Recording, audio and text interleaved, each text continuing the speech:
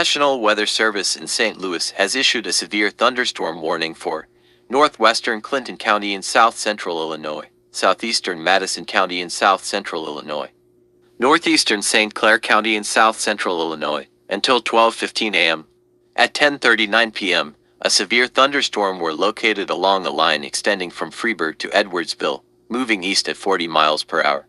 Hazard, 60 miles per hour wind gusts and quarter-size hail. Source, radar indicated. Impact, hail damage to vehicles is expected.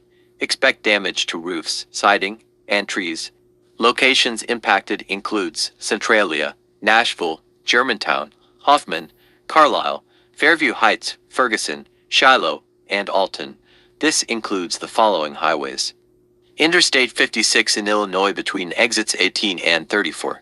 For your protection, move to an interior room on the lowest floor of a building. Remember, if you hear a thunder, you are close enough to be struck by lightning. Repeating, a severe thunderstorm warning has been issued until 12:15 a.m. for the following counties: in Missouri, St. Charles and St. Louis, and Madison County, Illinois.